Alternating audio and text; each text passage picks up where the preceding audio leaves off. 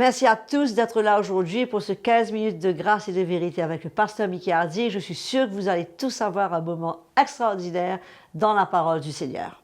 Nous allons passer maintenant au cantique du jour. Comme d'habitude, quelque chose de très très vieux que j'ai été chercher dans les archives qui parle de « Nous sommes choisis pour être son peuple ». Amen. Nous sommes choisis pour être son peuple. Nous sommes choisis pour être à lui. Nous sommes choisis, mis à part pour être saints, pour donner gloire à toi, Seigneur. Reçois la gloire, reçois la puissance, reçois la louange, ô Seigneur. Reçois la gloire, reçois la puissance, nous t'adorons et t'exaltons. Nous sommes choisis pour être son peuple, nous sommes choisis pour être à lui. Nous sommes choisis, mis à part pour être saints, pour donner gloire à toi, Seigneur, pour donner gloire à toi, Jésus, pour donner gloire à toi, Seigneur. Alléluia. Quelle grâce d'avoir été choisi pour être à lui, d'avoir été mis à part pour le Seigneur. Amen.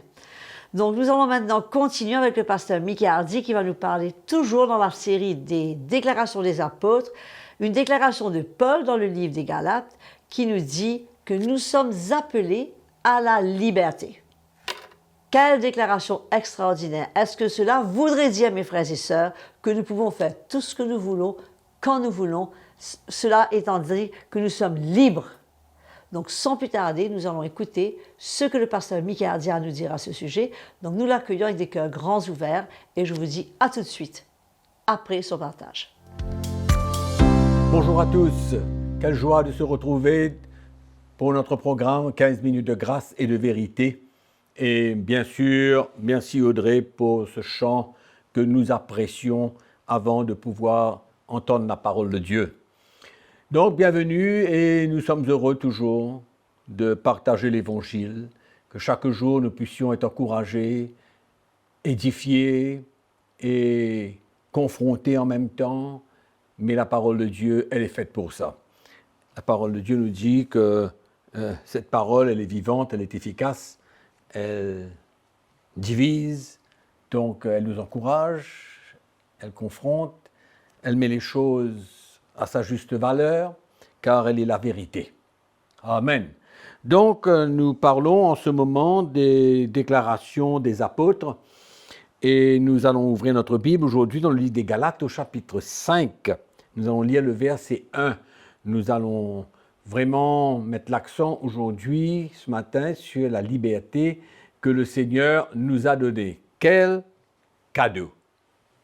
Quel cadeau qui n'a pas de prix! Car il y a tellement de chrétiens qui sont sous la loi, tellement de chrétiens qui sont oppressés, fatigués par le légalisme, par les prescriptions, par les obligations, par les fardeaux qui se sont imposés, d'avoir à faire les choses de telle manière, telle manière, telle manière, et finalement, ils sont emprisonnés. Mais nous rendons grâce à Jésus, qui, par sa mort sur la croix, nous a affranchis, nous a libérés de la loi. Et ici, au chapitre 5 du livre des Galates, l'apôtre Paul nous dit « C'est pour la liberté que Christ nous a affranchis. » Clair. Demeurez donc fermes. Ne vous laissez pas mettre de nouveau sous le joug de la servitude. Vous savez, mes frères et sœurs, depuis le temps de la première Église, l'Évangile est venu premièrement, bien sûr, aux Juifs à Jérusalem. Et il y avait une grande influence juive dans l'Église, et même des Juifs qui essayaient des Juifs chrétiens, qui essayaient de retourner au judaïsme, influencer l'Église. Et nous voyons cela même dans le livre des Actes des Apôtres au chapitre 15, comment les chrétiens juifs de Jérusalem, de l'Église de Jérusalem, étaient parvenus à Antioche pour essayer de détourner le cœur de cette Église vers le judaïsme en leur disant qu'il fallait se faire circoncire pour être sauvé. Donc nous voyons cette influence juive du judaïsme un petit peu partout qui a influencé un petit peu les églises. Et donc, dans ce premier texte, premier verset de ce chapitre 5, Paul dit « C'est pour la liberté que Christ nous a affranchis. Demeurez fermes, ne vous laissez pas mettre de nouveau sous le joug de la servitude. » Amen. Donc, il ne faudrait pas que l'Église soit influencée pour se tourner vers la loi, vers le légalisme, la loi de l'ancienne alliance, la loi lévitique, des choses à faire, de toutes sortes de prescriptions, d'obligations que le peuple juif avait à accomplir. Mais là, l'apôtre Paul vient nous dire la grâce que nous avons d'être des enfants de Dieu, nés de nouveau, libres. Libre, c'est libre. Libre, c'est de ne pas être attaché. Libre, ce n'est pas être réglé, obligé. C'est cette liberté que l'apôtre Paul parle. Il dit, demeurez ferme, ne vous laissez pas mettre de nouveau sous le joug de la servitude, du légalisme.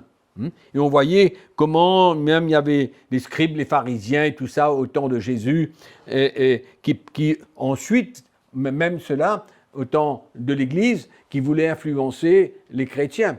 Donc, cette liberté, ce cadeau du Seigneur, il n'y a pas de prix. Quand le chrétien se sent libre de vivre par son cœur, ce que son cœur lui demande, conduit par le Saint-Esprit, qui parle au cœur de l'homme. C'est ça, la marche chrétienne. C'est que le Saint-Esprit lui-même nous conduise, nous guide. Et ne pas être enfermé pour être obligé de faire telle ou telle chose. Mais quand nous sommes nés de nouveau, le Saint-Esprit ne nous oblige pas à faire quoi que ce soit. Il nous conduit, il nous dirige, il nous enseigne, il nous montre la voie de Dieu. Amen. Mais le chrétien est libre d'obéir, de se soumettre ou de désobéir et de s'opposer à la vérité du Seigneur. Amen. Donc cette liberté, il y a des gens qui pensent que c'est dangereux de laisser un chrétien libre de décider pour lui-même. Mais bien sûr que le chrétien doit être libre pour pouvoir faire son choix. Il fait son choix. Il peut marcher selon la chair ou il peut marcher selon l'esprit. Mais il est libre. Il peut se soumettre au désir de la chair ou il peut se soumettre à la voie de l'esprit. Amen. Donc, c'est ça la vie chrétienne. Mais nous voyons que dans beaucoup d'églises aujourd'hui, le chrétien n'est pas libre. Ils se sont obligés de faire certaines choses, autrement il est mal vu, autrement il y a même des églises qui maudissent les chrétiens s'ils ne font pas ce qui leur est demandé. Donc nous voyons des choses atroces, abominables qui se passent dans les églises aujourd'hui, mais nous voulons vous encourager à demeurer libre, à ne pas vous laisser influencer par le légalisme de la part des serviteurs de Dieu qui vous obligent de faire certaines choses, autrement ils proclament toutes sortes de malédictions sur vous, comme quoi que telle ou telle chose va vous arriver, le diable va prendre contrôle de votre vie. Non. La liberté est un des plus grands cadeaux que le Seigneur a fait. C'est pourquoi la Bible nous parle dans Colossiens chapitre 2, verset 14, comme quoi que Christ a cloué la loi à la croix. Amen. La loi a été clouée à la croix. Et c'est ça qui est important pour nous de comprendre et de saisir. Amen. Chaque chrétien doit pouvoir vivre par son cœur. Une conviction, poussée par l'Esprit, guidée par le Saint-Esprit. Nous sommes appelés, nous serviteurs de Dieu, à parler la vérité, à prêcher l'Évangile, à donner la direction au peuple de Dieu, mais chacun est libre de faire ce qu'il veut avec la vérité. Et donc, c'est très important de comprendre ça aujourd'hui. Et surtout, si nous tournons au verset 13 de ce même chapitre, nous voyons que l'apôtre Paul donne un avertissement quand même concernant cette liberté. Il vient dire, frères, vous avez été appelés à la liberté, seulement ne faites pas de cette liberté un prétexte de vivre selon la chair. N'utilisons pas, ne nous cachons pas derrière la liberté pour nous soumettre à nos propres désirs charnels. Non, nous sommes appelés à marcher selon l'esprit. Et la Bible nous dit que si nous marchons selon l'esprit, nous n'accomplirons pas les désirs de la chair. Amen. Donc dans cette liberté, nous choisissons de marcher par l'esprit. Nous choisissons de mettre à mort les désirs de la chair. Nous choisissons d'obéir et de nous soumettre à la voix du Saint-Esprit. Donc nous ne marchons pas avec un set de lois dans notre poche, derrière, et à chaque fois que nous vivons une situation et que nous cherchons dedans, qu'est-ce que la loi dit? Non, la parole de Dieu nous parle clairement comme quoi que c'est par l'Esprit que nous pourrons accomplir la justice de la loi dans Romains chapitre 8. Amen. Donc, cette liberté que nous avons, n'utilisons pas cette liberté, ne nous cachons pas derrière la grâce de Dieu, ni derrière cette liberté, pour nous donner et nous laisser aller dans le péché, faire les choses que nous ne sommes pas supposés faire, mais de nous soumettre à la parole de Dieu, de nous soumettre à la voix de l'Esprit, en gardant cette liberté. C'est ça qui est important. Amen. C'est parce que nous voyons qu'il y a des gens qui sont légalistes, dans le sens où ils ne font pas certaines choses, mais ils ne sont pas libres de cette chose. Ils ne la font pas parce qu'ils sont sous la loi. Mais si on enlève la loi, nous voyons que finalement, s'ils ne sont pas obligés de faire la chose, c'est là qu'on réalise que finalement, on n'est pas libre de cette chose. Mais le Seigneur veut nous libérer de cette chose, afin que dans notre liberté, nous puissions suivre la voie de l'Esprit, nous soumettre à la voie de l'Esprit, amen, et d'être libérés de tout ce qui nous garde encore captifs. C'est ça la marche de l'Esprit. Donc, préservons notre liberté, mais ne faites pas de cette liberté un prétexte pour nous vivre selon la chair. Amen. C'est ça la vie chrétienne. La vie chrétienne n'est pas un set de lois, des obligations, des prescriptions comme sous l'ancienne alliance. Nous sommes sous la nouvelle alliance. Amen.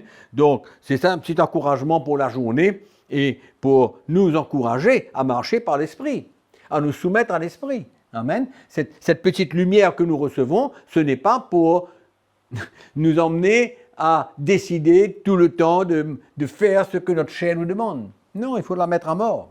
Il faut crucifier la chair avec ses passions et ses désirs, comme Paul nous dit dans le même chapitre 5 du livre des Galates au verset 24. Amen. Donc voilà pour aujourd'hui. Que le Seigneur vous bénisse, que sa grâce soit avec vous et n'oubliez pas que nous vous aimons.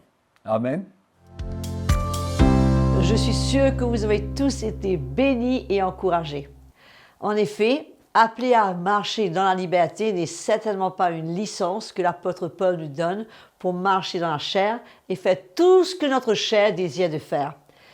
Mais dans notre cœur, l'Esprit de Dieu est là et c'est un frein et c'est pour nous ramener à marcher sur le chemin que le Seigneur a tracé pour nous. Mes frères et sœurs, vous qui avez été bénis, peut-être vous êtes là pour la première fois, n'oubliez pas de vous enregistrer sur la chaîne CTMA YouTube et de cliquer sur la petite clochette afin de recevoir de notifications. Continuez à nous écrire, à nous partager ce qui se passe dans votre vie, à nous poser vos questions. Si on peut vous aider d'une manière ou d'une autre, on est même là pour prier pour vous. Que le Seigneur continue à vous bénir et je vous donne rendez-vous pour la prochaine session avec le pasteur Mickey Hardy à ne pas manquer. Et surtout, entre-temps, faites connaître ce message et partagez cette bonne nouvelle autour de vous. Que le Seigneur vous bénisse, continuez à servir le Seigneur, continuez à garder la joie de Jésus et je vous retrouve à très bientôt.